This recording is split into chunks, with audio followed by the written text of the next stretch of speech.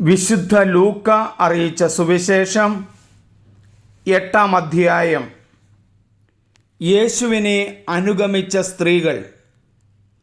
അതിനുശേഷം യേശു പട്ടണങ്ങളിലും ഗ്രാമങ്ങളിലും ചുറ്റി സഞ്ചരിച്ച് പ്രസംഗിക്കുകയും ദൈവരാജ്യത്തിൻ്റെ സുവിശേഷം അറിയിക്കുകയും ചെയ്തു. 12 പേരും അവനോടുകൂടി ഉണ്ടായിരുന്നു.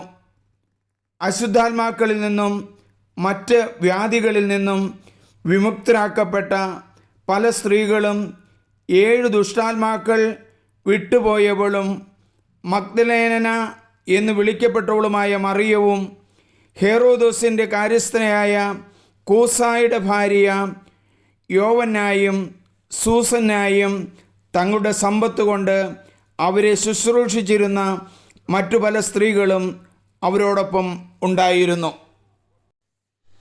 വിതക്കാരൻ്റെ ഉപമ.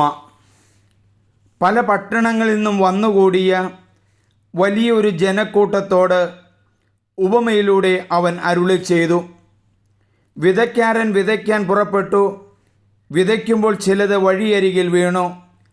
ആളുകൾ അത് ചവിട്ടിക്കളയുകയും പക്ഷികൾ വന്ന് തിന്നുകയും ചെയ്തു. ചിലത് പാറയമേൽ വീണു. അത് മുളച്ച് വളർന്നെങ്കിലും നനവില്ലാതിരുന്നതുകൊണ്ട് ഉണങ്ങിപ്പോയി. ചിലത് മുൾച്ചെടികൾക്കിടയിൽ വീണു. മുൾച്ചെടികൾ അതിനോടൊപ്പം വളർന്ന് അതിനെ ഞെരുക്കിക്കളഞ്ഞു. ചിലത് നല്ല നിലത്ത് വീണു. അത് വളർന്ന് 100 മേനി ഫലം പുറപ്പെടുവിച്ചു. തുടർന്ന് അവൻ സ്വരമുയർത്തി പറഞ്ഞു, കേൾക്കാൻ ചെവിയുള്ളവൻ കേൾക്കട്ടെ.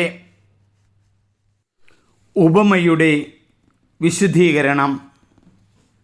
ഈ ഉപമയുടെ അർത്ഥമെന്ത് എന്ന് ശിഷ്യന്മാർ അവനോട് ചോദിച്ചു. അവൻ പറഞ്ഞു, ദൈവരാജ്യത്തിൻ്റെ രഹസ്യങ്ങൾ അറിയാൻ വരം ലഭിച്ചിരിക്കുന്നത് നിങ്ങൾക്കാണ്. മറ്റുള്ളവർക്കാകട്ടെ അവ ഉപമകളിലൂടെ നൽകപ്പെടുന്നു.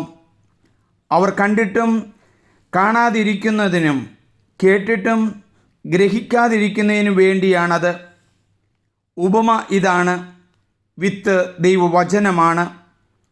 ചിലർ വചനം ശ്രവിച്ചെങ്കിലും അവർ വിശ്വസിക്കുകയോ രക്ഷപ്പെടുകയോ ചെയ്യാതിരിക്കുവാൻ വേണ്ടി പിശാച് വന്ന് അവരുടെ ഹൃദയങ്ങളിൽ നിന്ന് വചനം എടുത്തു കളയുന്നു. ഇവരാണ് വഴിയരികിൽ വീണ വിത്ത്. പാറയിൽ വീണ വിത്ത് വചനം കേൾക്കുമ്പോൾ സന്തോഷത്തോടെ അത് സ്വീകരിക്കുന്നവരാണ്. എങ്കിലും അവയ്ക്ക് വേരുകളില്ല. അവർ കുറേ നാളത്തേക്ക് വിശ്വസിക്കുന്നു. എന്നാൽ പ്രലോഭനങ്ങളുടെ സമയത്ത് അവർ വീണുപോകുന്നു. മുള്ളുകളുടെ ഇടയിൽ വീണ വിത്ത് വചനം കേൾക്കുന്നെങ്കിലും ജീവിത ക്ലേശങ്ങൾ, സമ്പത്ത്, സുഖഭോഗങ്ങൾ എന്നിവ വചനത്തെ ഞെരുക്കിക്കളയുന്നതുകൊണ്ട് ഫലം പുറപ്പെടുവിക്കാത്തവരാണ്. നല്ല നിലത്ത് വീണതോ വചനം കേട്ട് ഉത്കൃഷ്ടവും നിർമ്മലവുമായ ഹൃദയത്തിൽ അത് സംഗ്രഹിച്ച് ക്ഷമയോടെ ഫലം പുറപ്പെടുവിക്കുന്നവരാണ്. ദീപം മറച്ചു വയ്ക്കരുത്. ആരും വിളക്ക് കൊളുത്തി പാത്രം കൊണ്ട് മൂടുകയോ കട്ടിലിനടിയിൽ വയ്ക്കുകയോ ചെയ്യുന്നില്ല. മറിച്ച് അകത്ത് പ്രവേശിക്കുന്നവർക്ക് വെളിച്ചം കാണാൻ അത് പീഠത്തിന്മേൽ വയ്ക്കുന്നു. മറിഞ്ഞിരിക്കുന്നതൊന്നും വെളിപ്പെടാതിരിക്കുകയില്ല. അറിയപ്പെടാതെയും വെളിച്ചത്ത് വരാതെയും ഇരിക്കുന്ന രഹസ്യവുമില്ല. ആകയാൽ നിങ്ങൾ ഇപ്രകാരമാണ് കേൾക്കുന്നതെന്ന് സൂക്ഷിച്ചുകൊള്ളുവിൻ.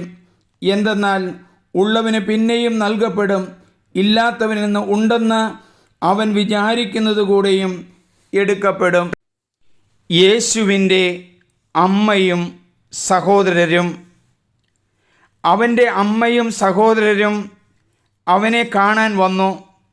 എന്നാൽ ജനക്കൂട്ടം നിമിത്തം അവൻ്റെ അടുത്തെത്താൻ കഴിഞ്ഞില്ല.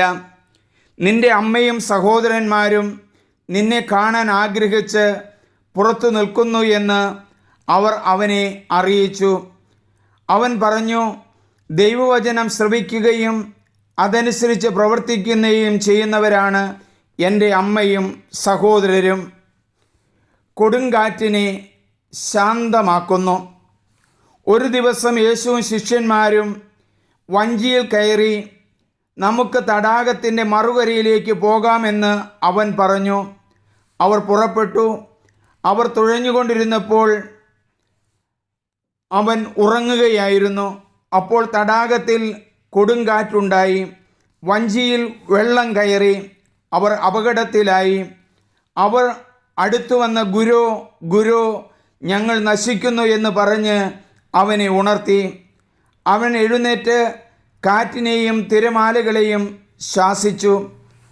അവ നിലച്ചു, ശാന്തതയുണ്ടായി. അവൻ അവരോട് ചോദിച്ചു, നിങ്ങളുടെ വിശ്വാസം എവിടെ? അവർ ഭയന്ന് അത്ഭുതത്തോടെ അന്യോന്യം പറഞ്ഞു, ഇവൻ ആരാണ്? കാറ്റിനോടും വെള്ളത്തോടും അവൻ കൽപ്പിക്കുകയും അവ അനുസരിക്കുകയും ചെയ്യുന്നല്ലോ. രക്തസ്രാവക്കാരി സുഖം പ്രാപിക്കുന്നു. ജായിറോസിൻ്റെ മകളെ പുനർജീവിപ്പിക്കുന്നു.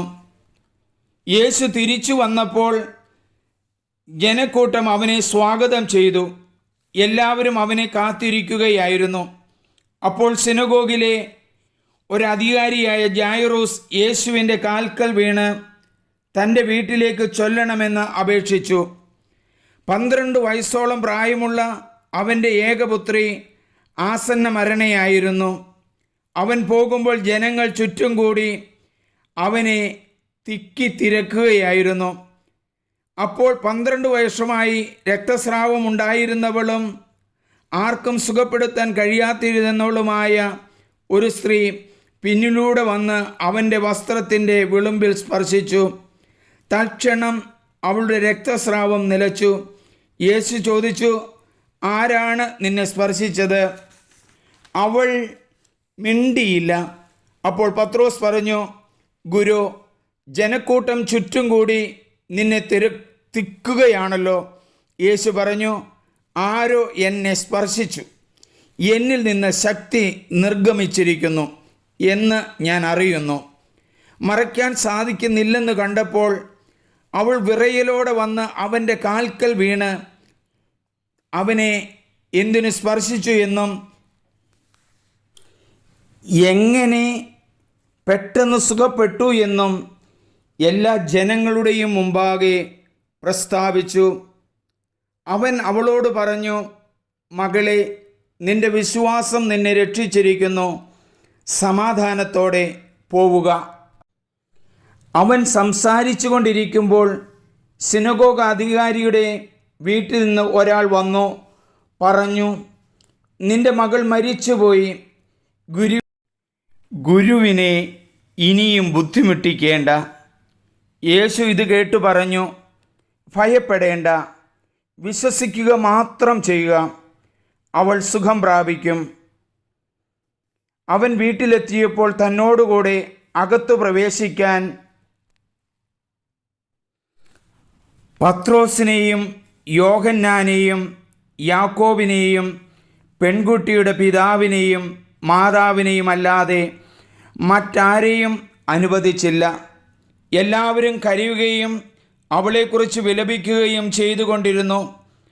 അവൻ പറഞ്ഞു, കരയേണ്ട, അവൾ മരിച്ചിട്ടില്ല, ഉറങ്ങുകയാണ്. എന്നാൽ അവൾ മരിച്ചു കഴിഞ്ഞു എന്ന് അറിഞ്ഞിരുന്നതുകൊണ്ട് അവർ അവനെ പരിഹസിച്ചു. അവൻ അവളുടെ കൈക്ക് പിടിച്ച് അവളെ വിളിച്ചുകൊണ്ട് പറഞ്ഞു, ബാലികേ, എഴുന്നേൽക്കുക. അപ്പോൾ അവളുടെ ജീവൻ തിരിച്ചു വന്നു. ഉടനെ അവൾ എഴുന്നേറ്റിരുന്നു. അവൾക്ക് ആഹാരം കൊടുക്കാൻ അവൻ നിർദ്ദേശിച്ചു.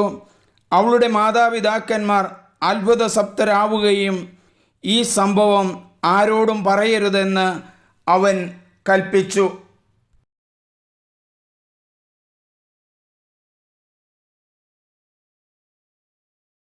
ഇനിയും ബുദ്ധിമുട്ടിക്കേണ്ട.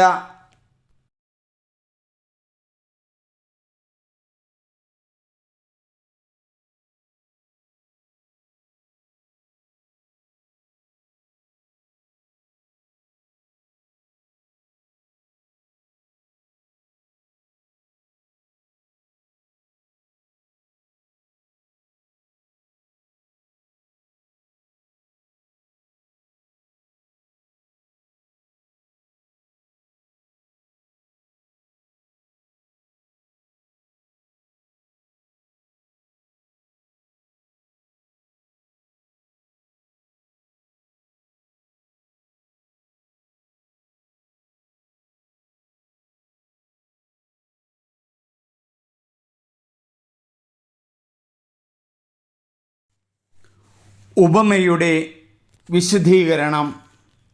ഈ ഉപമയുടെ അർത്ഥം എന്ത് എന്ന് ശിഷ്യന്മാർ